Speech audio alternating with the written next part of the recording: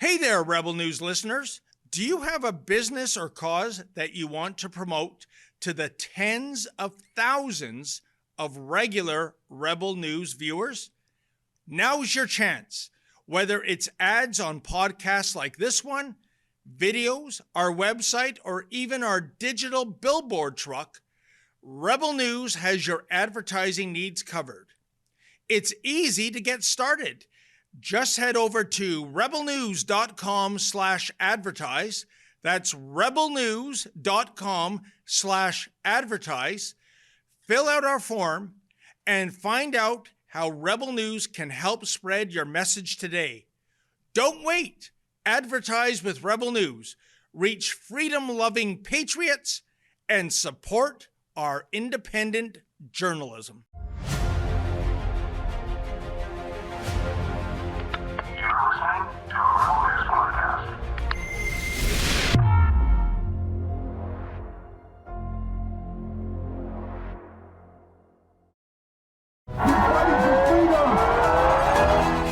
Shame on you, you censorious thug!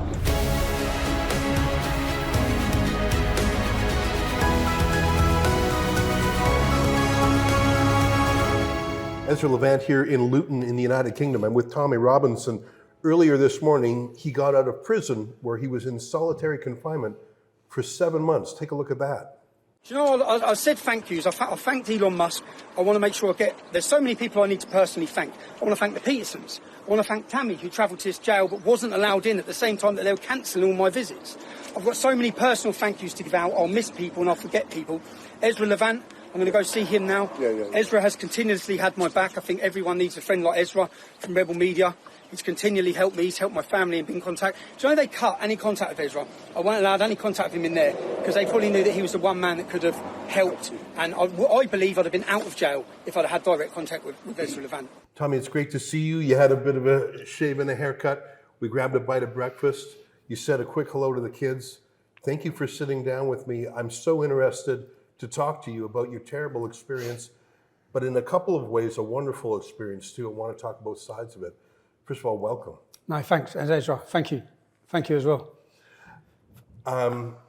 7 months in a maximum security prison full of murderers and terrorists in segregation for a word crime. You published a video on Twitter. It wasn't even a crime at all. It's a civil offence. I still find it unbelievable. I find it unbelievable, the sentences, because the guidelines, what I find unbelievable, criminals get 60% off, and then they half it again and get HDC, home detention curfew, for tagging. And they say the reason for the Labour government brought in the policy that they get 60% off, and they're emptying the prisons because the prisons are full. So I go to prison as a civil offender. You're right, as a civil offender, you should go to an open prison. I'm transferred to H&B Wood Hill, maximum security. When they took me to the segregation unit, there's 16 cells here, 16 cells here, so they cleared that whole side.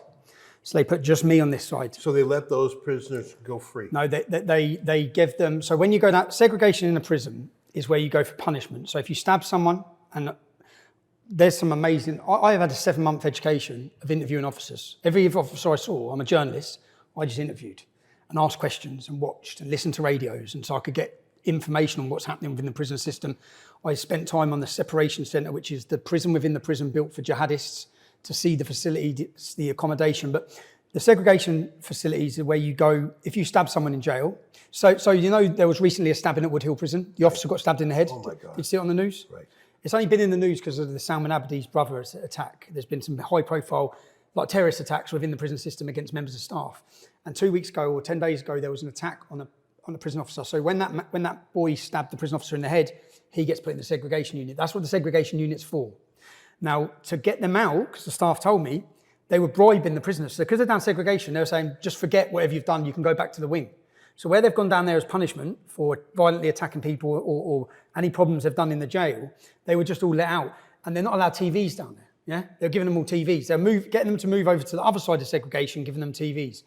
So I was on my own there. So this was to clear out a wing for you. Clear out a They wing were for letting me. these terrorists who were violent, someone stabbed a guard, but they needed to clear space for you, so they let them out of segregation. Let them out of segregation. So I had 16 cells there.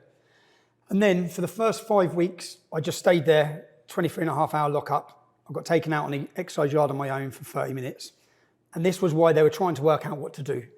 And then because I was a civil offender, they had to allow me exercise. And they wouldn't allow me any, any interaction with anyone else. But they said for my own safety. So then there's a separation centre. So the British prisons built in 6 prisons in the UK, I think it's 6, they built prisons within prisons for the jihadists. So the worst, most feared jihadists, because they're converting and recruiting on the wings, the worst ones go to this centre called a separation centre. So I was held on segregation, but every morning then, I'd get taken at 8:30 in the morning, I'd get walked over, 22 doors, so I counted, someone said, so it's 22 doors, you go through all the locked doors, but to get me from here, 16 cells here, 16 cells here, to get me from here, so that no one saw me, I'd go through the back office route, all the way around the back and taken out, then over to the maximum security. So although Wood Hill is a category B long-term prison, it has the most secure unit in the country. So the worst prisoners, it's where you come and had the visit. That unit there is for the top security. So to get a prisoner out of the cell on that unit, they have 6 fully dressed in riot gear officers, just to take them to the shower. So to walk them from here, they open the door, they take them from there, they get all padded up into full riot gear, then they take them to the shower, and then they walk back. But that's where that unit is. For anyone who's murdered people in prison, for any of the repeat violent murder offenders, they go to this unit. So there's different sections to this unit, but one section is the jihadist unit, for the jihadists. But it was closed. So in Wood Hill, it was closed. It's empty. So when they took me at 8:30 in the morning, they'd put me on this unit on my own. So I'd have 30 minutes outside, and then it's not a gym, it's like a small makeshift gym. It's got a running machine and exercise bike.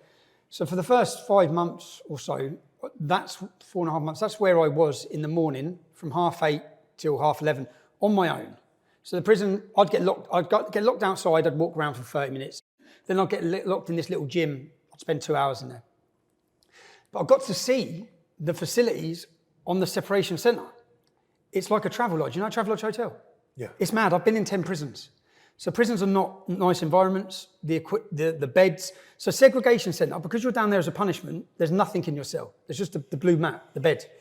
But even on normal wings, you sort of have makeshift rooms. Let me pause you there. I want to learn more about what it was like in prison, because the fact that you were held in a prison built for terrorists and murderers and the full riot gear transfers is shocking. But for some of our viewers who might not know the backstory, let's just pause for a second. You were sent in there not for committing a crime, not for harming anyone, not for terrorism or murder. You were sent in there for publishing a documentary film to Twitter. A judge said, don't do it. You did it. And so he threw you in prison. I did it. I knew they'd throw me in prison. I know if I give them any opportunity, they'd throw me in prison. But what that documentary shown to everyone who's watched it is it showed the corruption of the judiciary along with the government working together in order to silence people through intimidation or through NDAs. What you see in the film is NDAs. Non-disclosure agreements. Non-disclosure agreements. They pay people just to keep them silent. So you never get the story out there because people are being paid not to tell the story. So this was the case of a Syrian teenager at a school, and I'm not looking to crack open the facts of it, but I'm not allowed to crack open the facts. I'll go straight back to jail. So, I mean, and I'm not looking to violate any court orders here myself. I don't want to be thrown in jail or banned from the UK, but that's what the subject matter was. It was a lively debate. And, you know, I won't press you because I don't want to get you in trouble, but it was a real issue. And my view of it is essentially a judge said, your evidence in this documentary does not reach the evidentiary level to have it admissible in court. Well, the judge. Go ahead. The judge ruled that 7 teachers that were covertly recorded were lying. All of them were lying. 5 pupils that come to court to testify, they were lying. He just ruled that everyone was lying. He doesn't say what. You know, in his summary, he says sometimes people just lie. They don't need a reason to lie. They just lie. So he found that 5 children committed perjury. That's what his ruling was. And the only person that told the truth was the Syrian refugee in question. So, but by coming to that finding, what he'd done by giving the injunction, preventing anyone from seeing the film, was preventing anyone seeing the evidence. So then no one can see that it's impossible to come to the verdict he come to if they can see the evidence. Well, and that's the thing. I mean, in America, there's a phrase, the Streisand effect. It's named after Barbara Streisand. She didn't want people taking photos of her home in Malibu, so all of a sudden everybody took photos of her home in Malibu. Okay. You know, no one I've would heard have of the been Streisand effect. I didn't know. no one would have been interested had she not said, you can't do that. So they ordered you not to make the film. By the time you took it down a couple weeks ago, it had, what, 167 million views? Most watched film in British history. Seems But like, I think it took those views, and I'll be honest, when I made the decision to release the film, I was shitting myself. I was scared. I was scared, and I knew where it would end up, and I knew that by giving them that opportunity, it would give them the opportunity to hold me on segregation and solitary confinement. I knew that. I knew that it would give them the opportunity to mess with everything and play games with everything. But the British public need to know, because they're getting spoon-fed stories and narratives and agendas by the government and by the state, and they need to know the truth. It's like the grooming scandal, which is why I believe there's such a target on my back. They managed for decades to suppress it and silence it. They managed successfully to hide it. The police knew it was happening for decades. The government knew it was happening for decades. this is the organized... Organised rape. The media, all the media knew. None of them reported it, they all knew. All of them knew. So the last thing they want is citizen journalism. And I always say the mainstream media are the cancer and citizen journalism is the cure. We're uncontrollable. I learned this from you, Ezra. I learned this from you, to tell the other side of the story that the public aren't getting. So with this story, they spoon-fed the entire population a narrative and an agenda-driven story about open border immigration and not hiding the realities and the problems that come with that. And they lied. So then I created my documentary, which gave people here. I didn't even give my opinion. I just said, actually, here's the evidence. I'm not allowed to say what the evidence is, but here's the evidence. Make your own mind up, which is how it should be. But that's not. So yeah, I produced a documentary I thought the British public deserved to see, and the reason why I thought they deserved to see, anyone, Ezra, you've been in this situation when you're in the hot seat, yeah, or you're exposing things, they come at you from everywhere. I don't know how many lawsuits you've fought. I learned it from you. You've fought lawsuit after lawsuit after lawsuit, and the supporters help you fight those lawsuits. But if they didn't, you'd be finished. Yeah. And that is lawfare. And I remember when I first started my activism, it hit on me, but I watched Geert Wilders in Holland, who was very outspoken at the time. He wasn't big, but he was talking about the Islamisation of Holland. And he faced prosecution after prosecution after prosecution. Morten Messerschmidt, who's the leader of the Danish People's Party in Denmark, who was against the EU a bit and speaking about Islam, he faced the same. And I looked, and this is the same playbook across the entire globe. I looked over to America. I looked what they've done to General Flynn. I looked what they've done to Steve Bannon. I think Donald Trump himself. Donald Trump would spend the rest of his life in prison if he didn't win that election. And the Trump administration know that. So they're fully aware of the weaponisation and the politicisation of the judiciary. But most people in the British public believe there's a justice system. What I wanted to do with this film is show them there's not. Yeah. Now, I know there's not, but you need to see there's not. So if you look at it like this, say, for example, Elon Musk didn't buy X, because I knew that film had been leaked. And at the same time, it got removed off of all the other social medias. Oh, so Facebook took it down and YouTube took it down? YouTube took it down. So I knew then they're coming for me. Did Rumble keep it up? Rumble kept it up, but I knew they were coming for me. So what I knew was they're going to delete the film from everywhere, then put me in jail. So then, if there was no X, then 167 million people wouldn't have seen the truth. All you would have seen is the mainstream media headlines. Now, if you go on Google now and Google Tommy Robinson contempt of court, they tell you that I lied. No, I didn't lie. I just done 18 months for not lying. Yeah, they tell you I lied. So, but that's all you would have known. So if you go on my Wikipedia page and you ignore the documentary and the film you've watched, you'll see case after case after case of just their lies, of their agenda, of telling you who I am, the bad person I am, the extremist I am. I've been defamed and slandered by a globalist media who have attacked me. And I've looked at this. I believe we in Britain live in a totalitarian state, and the media are just a weapon of the state. The judiciary is another weapon of the state. And if you get in their way or you challenge them, they use any of their armory to destroy you. And that's what I experienced. And anyone, I'm happy. And do you know what? I was happy even in there. Whilst I knew, I was panicked because I knew the long-term effect of solitary confinement. I remember last time I was in prison. I remember the problems I had when I was released. So constantly I was concerned for that. A consulting psychologist examined you in prison and wrote a lengthy report that was shown to the court that suggested being in solitary confinement for 7 months was having a grave impact on your mental health. Tell me about that. And what did any prison nurses or doctors meet with you? What did they say? I've never heard of anyone other than Julian Assange spend 7 months in solitary confinement. Typically, as you mentioned, it's a short-term punishment for someone who engages in misconduct. 2 weeks, 14 Yeah. days. It's called the Mandela Rule. You're only allowed to do 14 days. I think it's unprecedented in the UK. I don't want to say that with certainty, but certainly no other journalist has ever been sentenced to contempt of court in this manner. No other journalist has been prosecuted in nearly a century. You mentioned some of the guards, but were there nurses or doctors in prison who saw you? So in the first week I sat down, and I've got all the paperwork for this as well. So remember, I always bring the receipts, Ezra. I like to bring the receipts on lots of issues. I've got lots of receipts. But I sat down with a psychologist, and this is the first week. And then I've been taken there. I'm in solitary confinement on my own, 23 and a half hours a day. I get out for 30 minutes.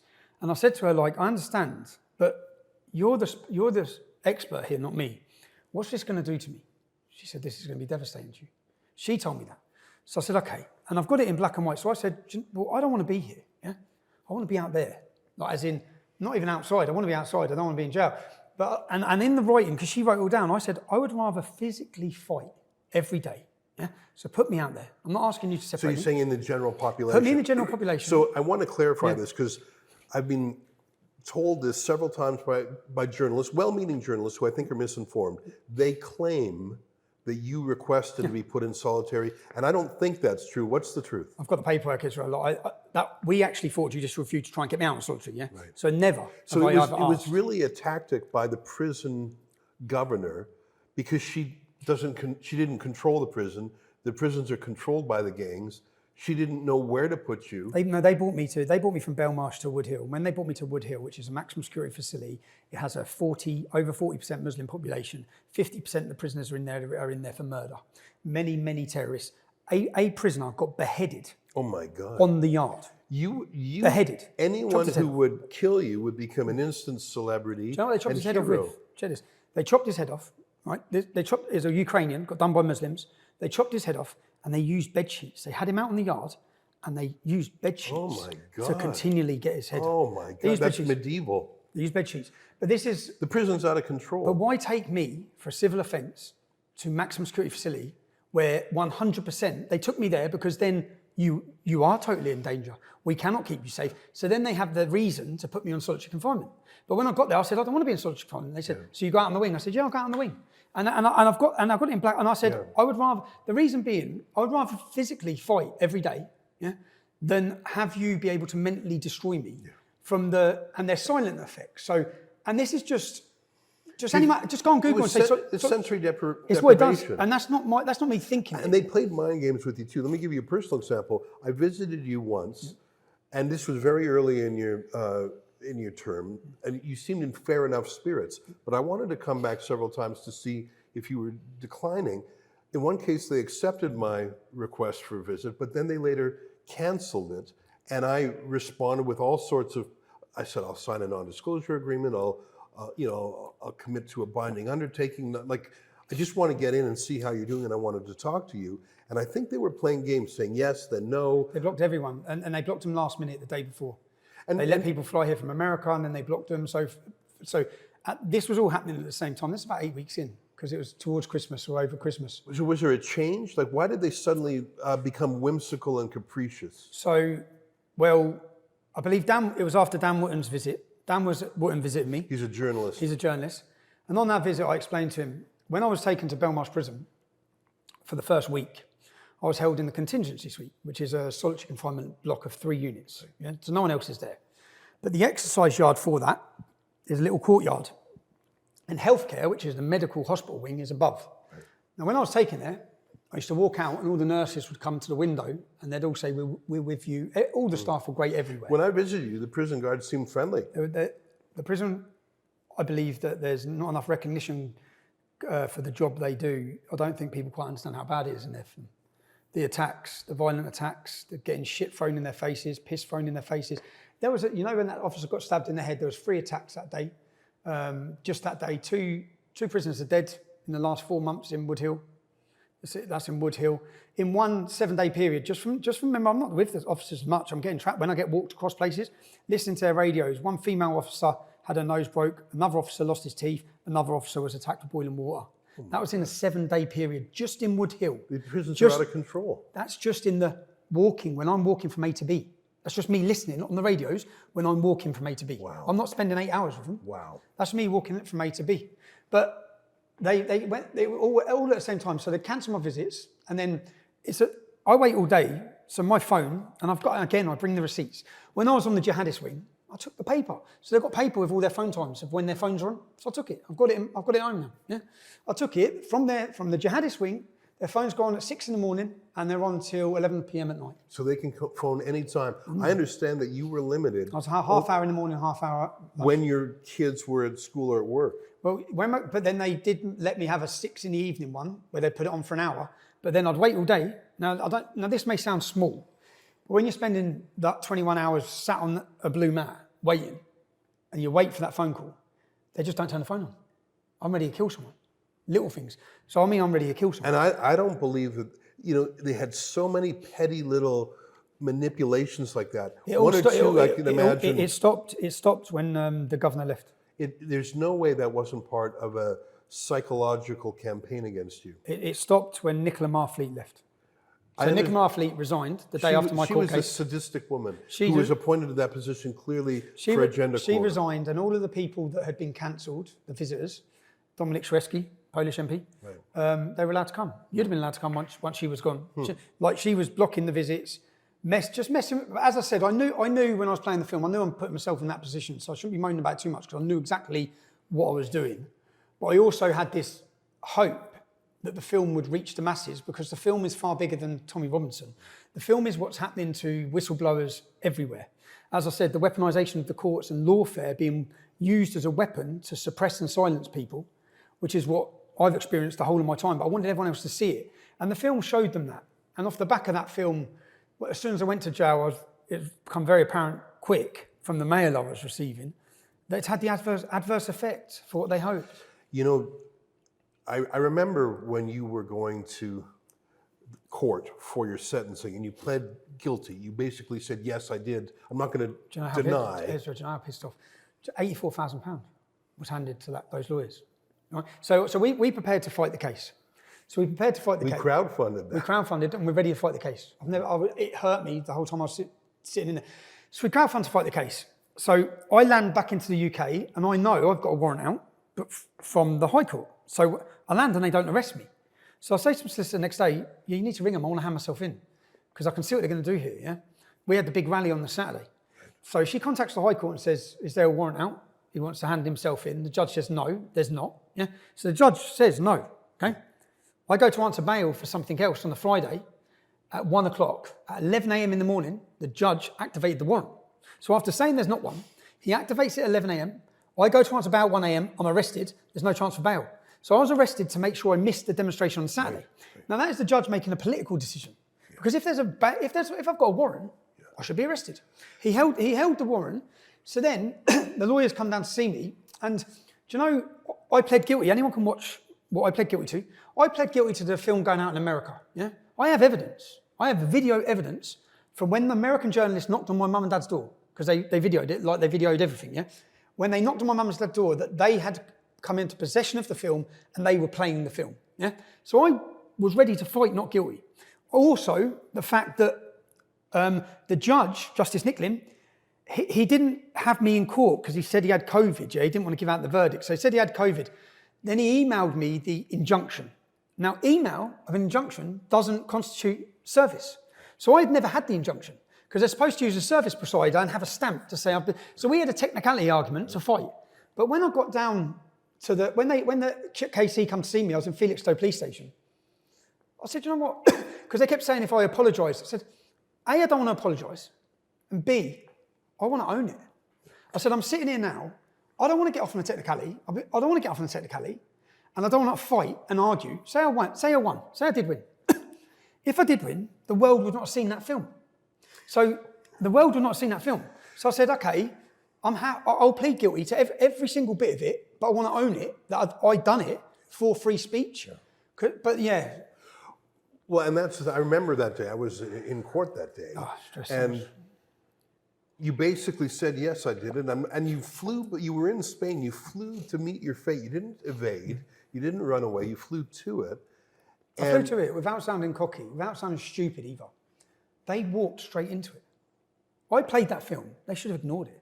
It had 200,000 views. When they come for me, it had 200,000 views. They gave me 167 million views. I think on the day you were sentenced, if memory serves, that film had been seen 55 million times. Yeah, by the time, but before, when they first come for court, so remember, I had never released a film. Right. So they come for me for someone else releasing it in America. And then they deleted it. That Streisand effect.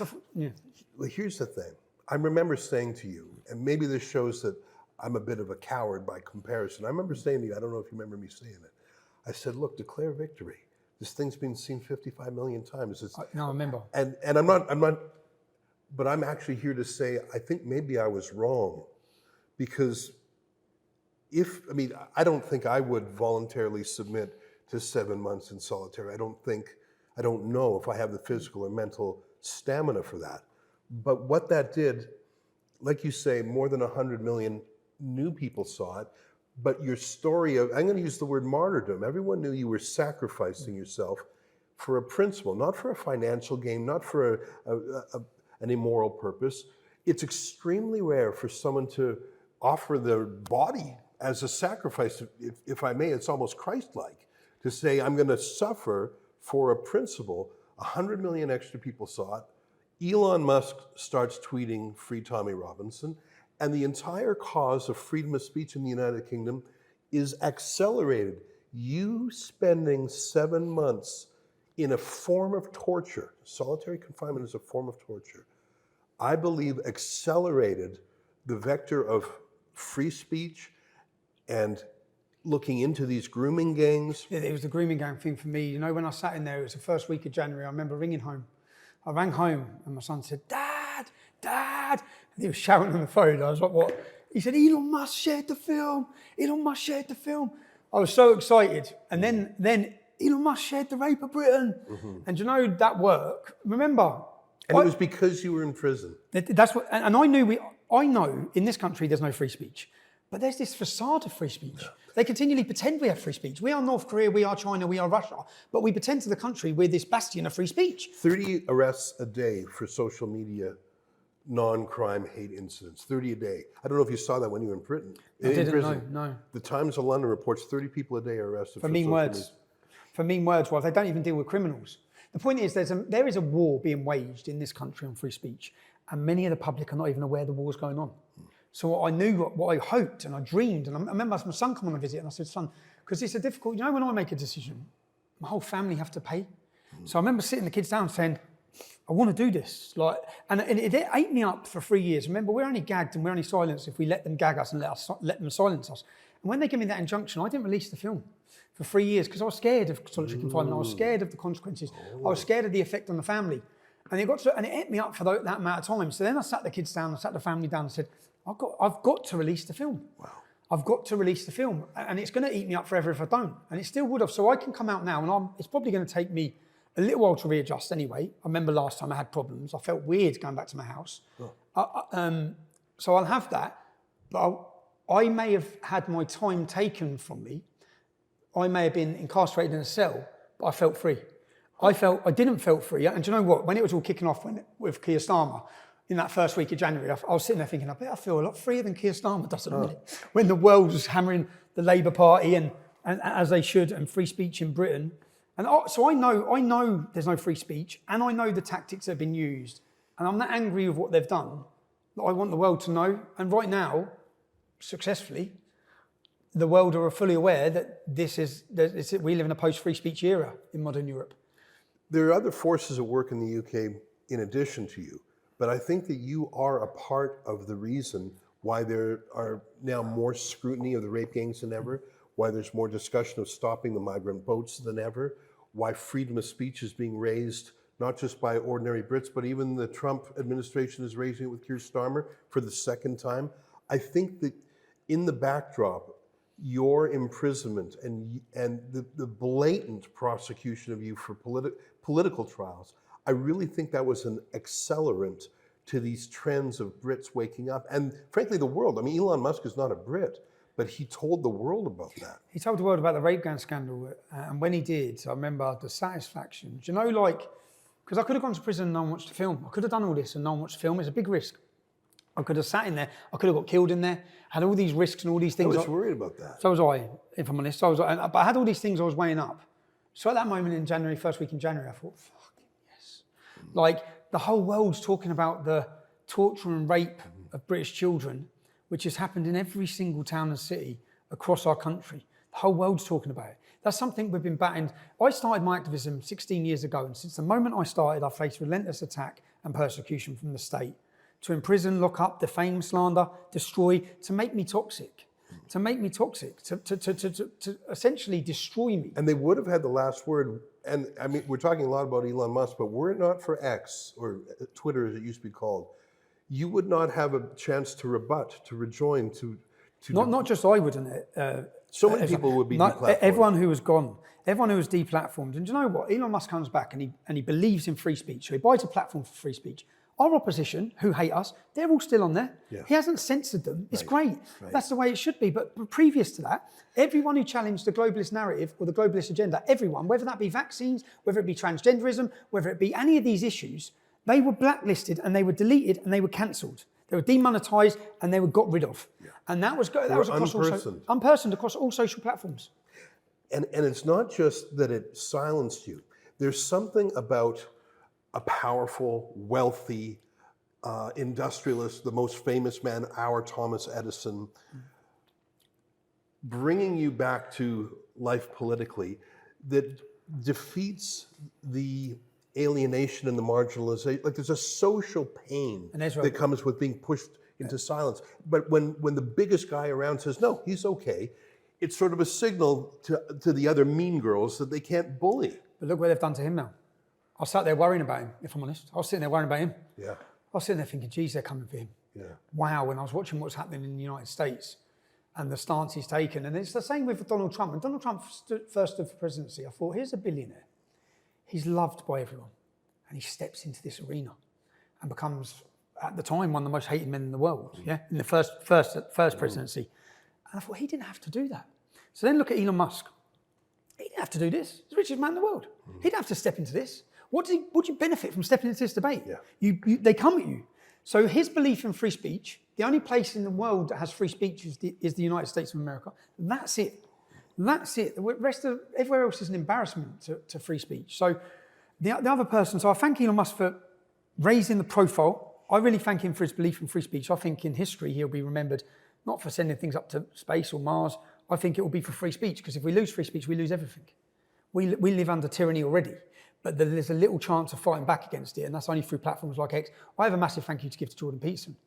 Jordan Peterson, and not for 1 minute do I think every person you sit down with agrees with you on everything. I'm sure if Jordan sat down, there'd be things he'd disagree with me on.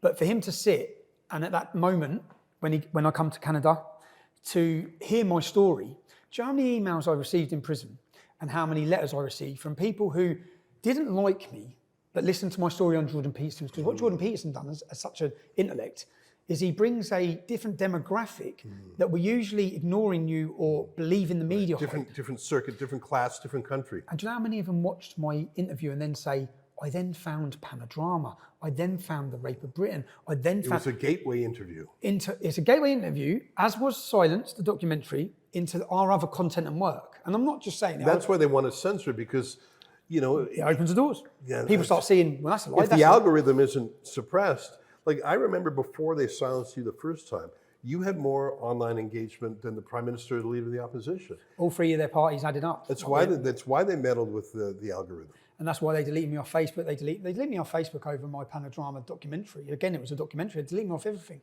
YouTube. But I think that they had such a monopoly, but they still think they've got that monopoly. Yeah. Because I watched the news articles when I went to prison, and I listened to it all going on, when they're saying I'm lying, and I'm thinking, you're digging your own grave, because millions have seen that film. And that means they now know you're lying. Yeah. You're not being honest. It's such an astonishingly large number. Oh man, and do you know what, Ezra? There's not one single British journalist, not one. And I wish they would have been outside prison today. Yeah. So I know they're taking pictures, but I'd like to ask a journalist, a British journalist, why have none of you spoke about the content of the film? Okay, so none of you. So it's the most watched documentary in history. I think Piers Morgan mentioned it. I think he said he watched it. Did he? Well, he should do, because he was one of the liars and frauds that starred in it, wasn't he? He destroyed a young child's life based on wanting to jump on the bandwagon of being woke and jump on the bandwagon of racist English boy, which wasn't the story. I think Piers, I heard from someone, had accepted that Bailey was innocent in the film. Piers obviously has his issue with me. I'd respect anyone who accepts they were wrong. Yeah. When you watch that film, Piers was wrong. Piers' reporting was wrong. It destroyed a young child's life, and he should hold his hands up. That's what I think he should do. Not to do with me. He can hate me if he wants to hate me.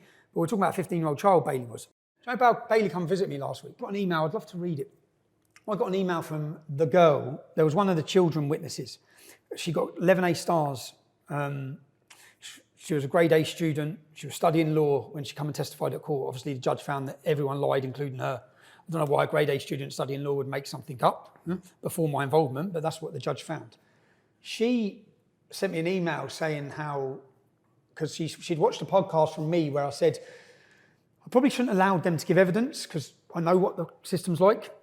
I don't believe there's any justice in there, and when you're before a judge, not a jury.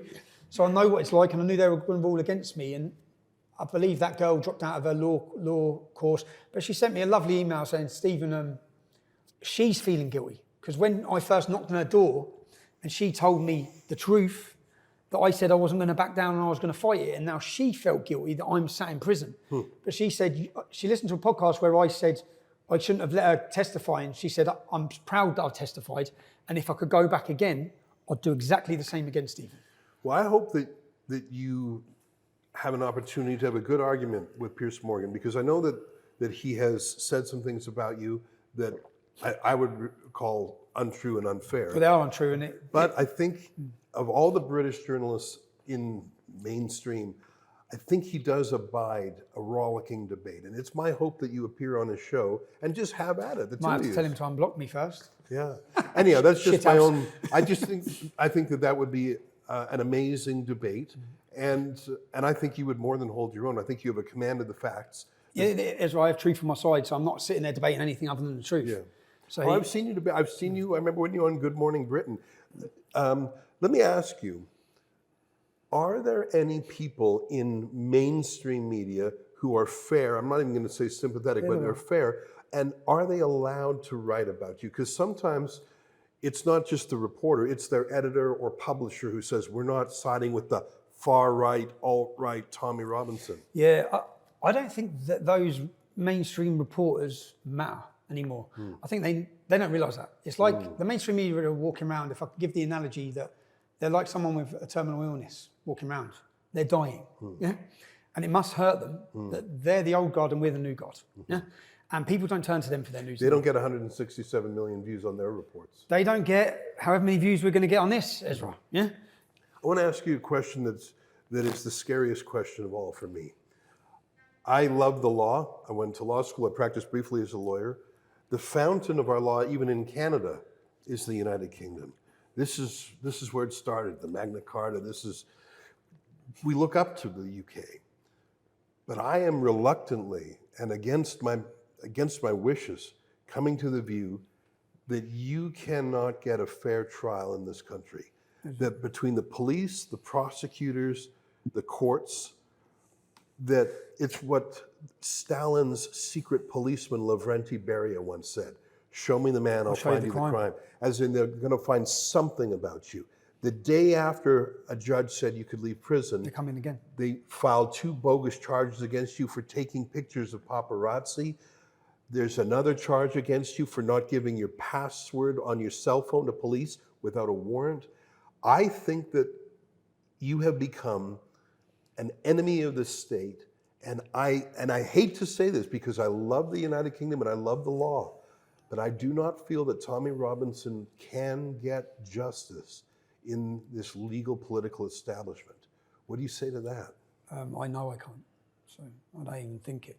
But what I also know at the same time, which is that the more they try and suppress an attack, now people can see it. So they're just, again, it's damaging them. It's damaging them and at the same time helping to awaken people. Lots of bad things are going to happen. Do you know? So the High Court that ruled against me on this case is the same High Court that ruled against Johnny Depp. So remember, Johnny Depp was convicted. He was found guilty in our court, in the High Court in London. He had to go to America to prove his case. And what came out when he got cleared in America was that it was the same evidence in the UK court. And they ruled against all the evidence because the UK court was ruling at the time, the Me Too movement, it was politicised.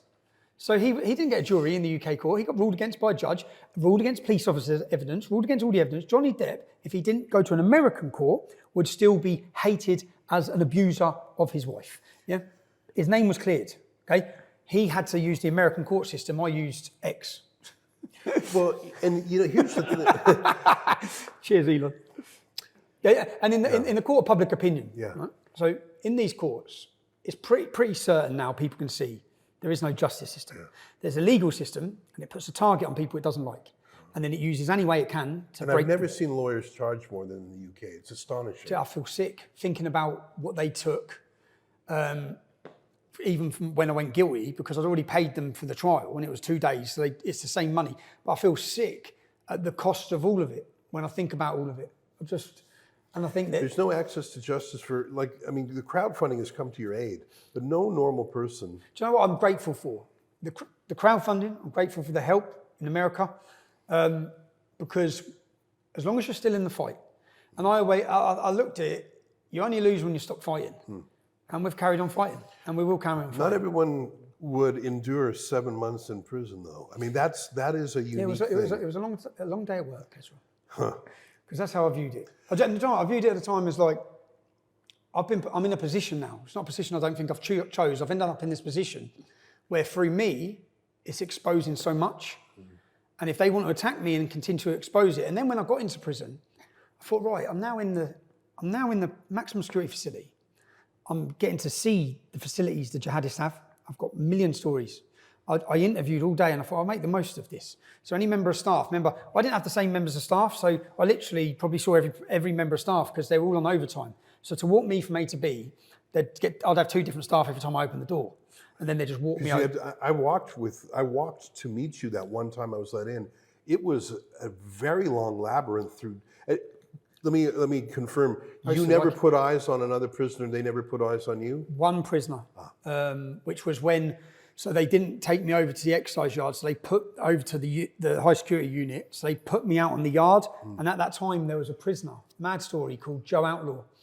Now when I got to the contingency suite in Belmarsh, which is a maximum security unit, I'd spent 3 months there before. Do you remember when you come in there? Yeah. And that has a little courtyard garden. And this time on this sentence, I went out on the courtyard garden. There was paper mache, and it was covered the whole place. And I looked and thought, what's that? How has anyone done that? And I said to the officer, what's happened here? He goes, we had some prisoner called Outlaw. He said, have you heard of him? I said, no, never. He goes, most expensive prisoner there's ever been. He said, £2 million he's cost in damage. I said, £2 million, what for? He goes, he just smashes everything, yeah? But he's a climber.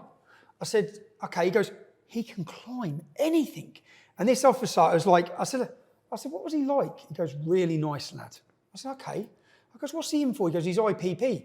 So this is where people... What does that stand for? IPP, where they give these sentences, they give about 6,000 out, where say someone they believes a risk, they'll give them 2 years, but IPP, intermediate protection. So to say the public need protection from him. Oh. So they might give you 2 years. But you stay in until whenever? Until they decide. Yeah. Wow. And if you've had a little misbehaving, then you stay in. So some people have got 2 years and they're in 15 years later. Wow. Now, Joe Outlaw, I think, got 4 years and he's still in 16 years later. Oh my God. But I want to look into this IPP now I'm out.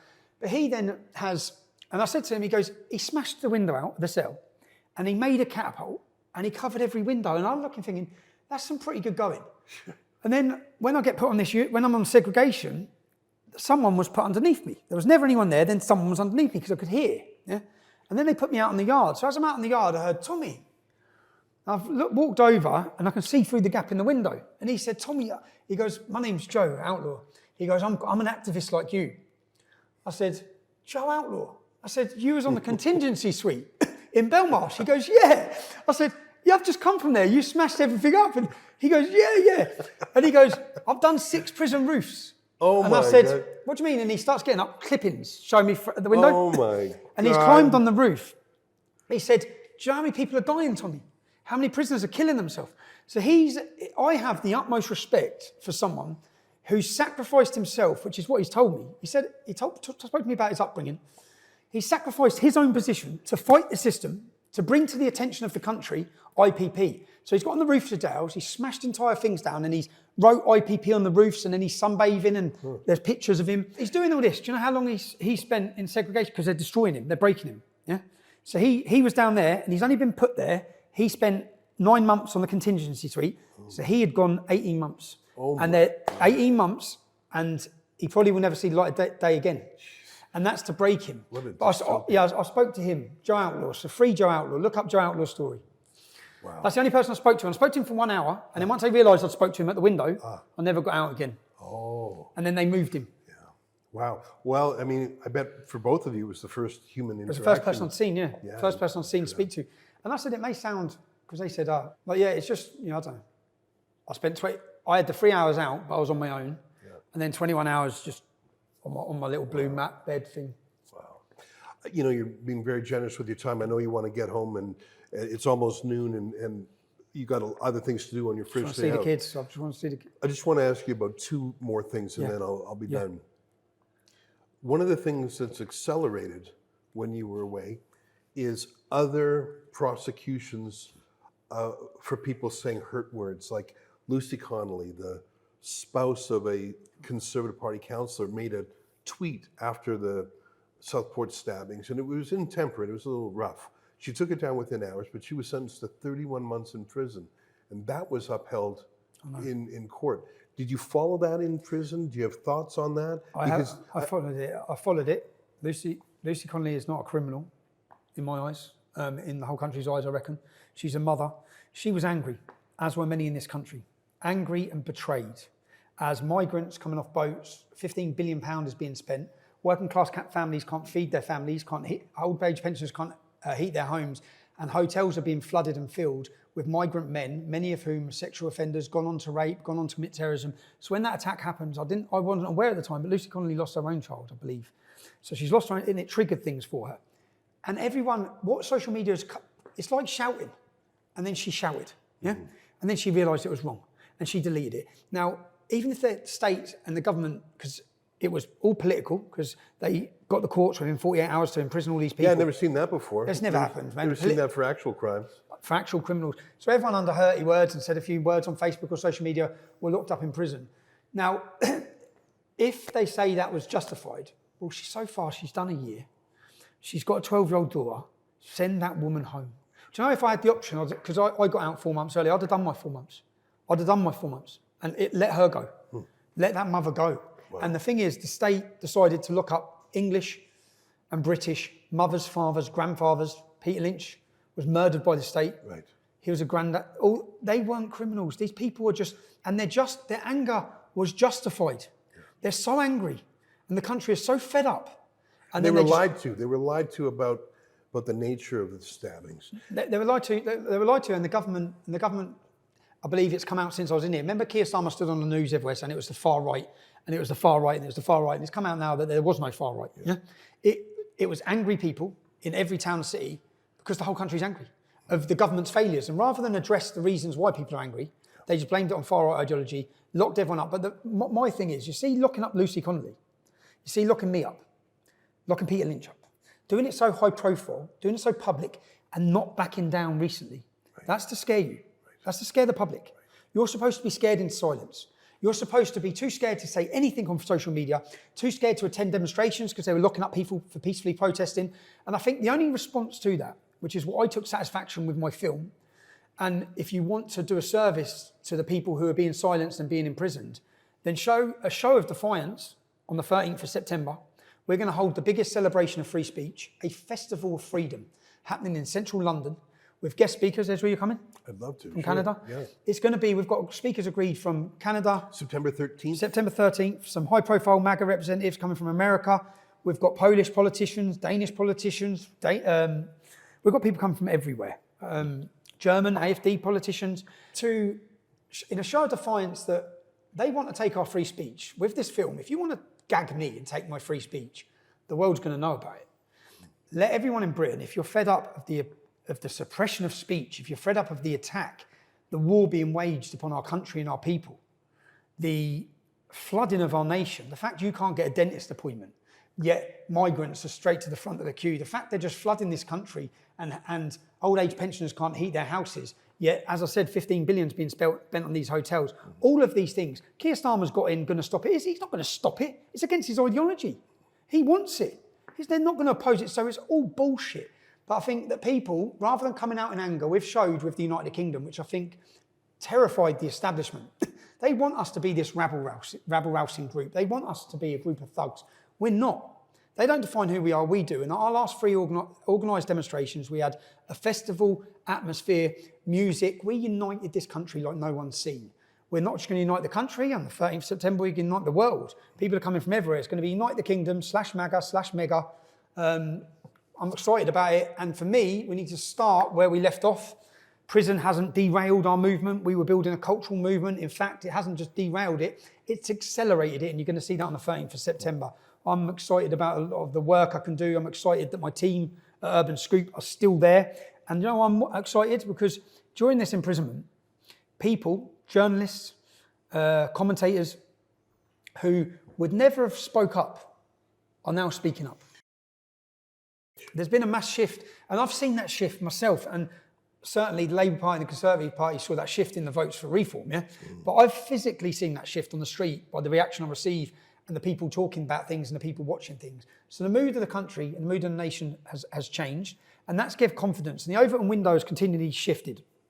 Thank you to the United States of America. Thank you to Donald Trump. Thank you to J.D. Vance, and thank you to Elon Musk. Because single-handedly, the ripple effect coming out, I think many of us in the UK, I know certainly me when I sat in my cells, were so excited for America, but also so disheartened we haven't got any leadership like that. And then J.D. Vance in Munich talking about free speech, and we are under attack by our leaders who care nothing for our freedoms. And if we lose our free speech, we lose everything. So yeah, I'm excited. I'm also worried because I know they're coming at me from every angle. But I'm also very grateful to the people who spoke up on my behalf, to the people who saw the truth and saw what was right compared to what was wrong and spoke up. And there was quite a lot of people there. Piers Morgan, for example. I think people made comments who disagree with me and don't like me. I think there was quite a lot of people that spoke up, and I appreciate it. I appreciate every second of it. And I had whilst I had some low moments, and I struggled at times now, I did struggle, but I had some great moments as well. And it's an experience. And as I said, I don't think there's probably only one better place in this country right now that's going to be able to speak about what's happening within our prison system. The officers have no voice. Do you know, I'd like to thank the staff at H&P Wood Hill. That's an interesting thing to hear. Yeah, I'd like to thank the staff. There's this view given of prison officers. What people don't realise is they're ordinary people. Think of it. Wood Hill houses the worst, most violent offenders in our country. Many of them psychopaths. Yeah, some of the crimes they've committed on these maximum security units. Do you know who's got to walk them from A to B from their cell? Someone's mum, someone's dad, just an ordinary person. I sit there and think, we're not talking 6 trained killers. So this man is a trained killer, yeah? And he's got to get walked from there. And the people who have got to deal with him every day and bring him his food and get him out for a shower, they're just normal bods. They're just normal bods. Do you know, like the officer, one officer even just yesterday said he's been attacked every month for 6 months. So they've put themselves, I never thought of it. I never thought of it till I sat and listened so much. And I've never seen a prison like Wood Hill with the amount of violence. Constantly the bells, the alarm bells, because you hear them on the radio, going off. Violence every day, stabbings every day. It's insane what's going on there. Nicola Marfleet's legacy. Legacy, she's left now. She's left. And do you know what? Do you know I ask the staff, I always do, what they think of the governor. So I ask this in every prison. And about everything, I ask what Julian Assange was like when I meet the staff. So I asked the staff what Charles Bronson was like, who's a famous British prisoner. They all liked him, yeah? I asked all the staff about Nicola Marfleet. You know, like they say, a manager loses the changing room, yeah? A football manager, if they lose the changing room, they've lost because the players won't play for them. Right. Well, she'd lost the staff. Yeah. But then there's a new governor there now, and I obviously asked a lot of the staff about him, and everyone spoke very highly of him, which is a massive difference. Yeah. A massive difference. But yeah, I think... yeah, I'm grateful more than anyone to my family as well, who have put up with some madness. Tommy, I've taken up more time of yours than I thought I would. Today's a big day for you to reconnect with the family. Thanks for taking an hour Ezra, to talk to our viewers, and a lot of people around the world love you. No, Ezra, I said it earlier, everyone needs an Ezra Levant. Ezra has maintained contact with my family the whole time. Do you know they blocked any contact with me and Ezra? And I believe that if I'd had personal contact with him, I'd have got out way earlier. Yeah, but it was blocked. Ezra's had my back, supported my family. I'm very grateful to you and everyone who watched you and supported you in that.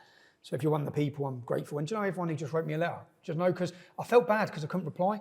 And even on the emails, I couldn't reply, and I had some heartbreaking emails and some beautiful emails, but they just messed with all my replies. So I'm very grateful. If you took the time to write to me, know that I read your letter. I've got them all. I've got a garage full. I had some beautiful moments in there. Thanks, my friend. Cheers. Thank you. Go enjoy your family. Thank you very much, man.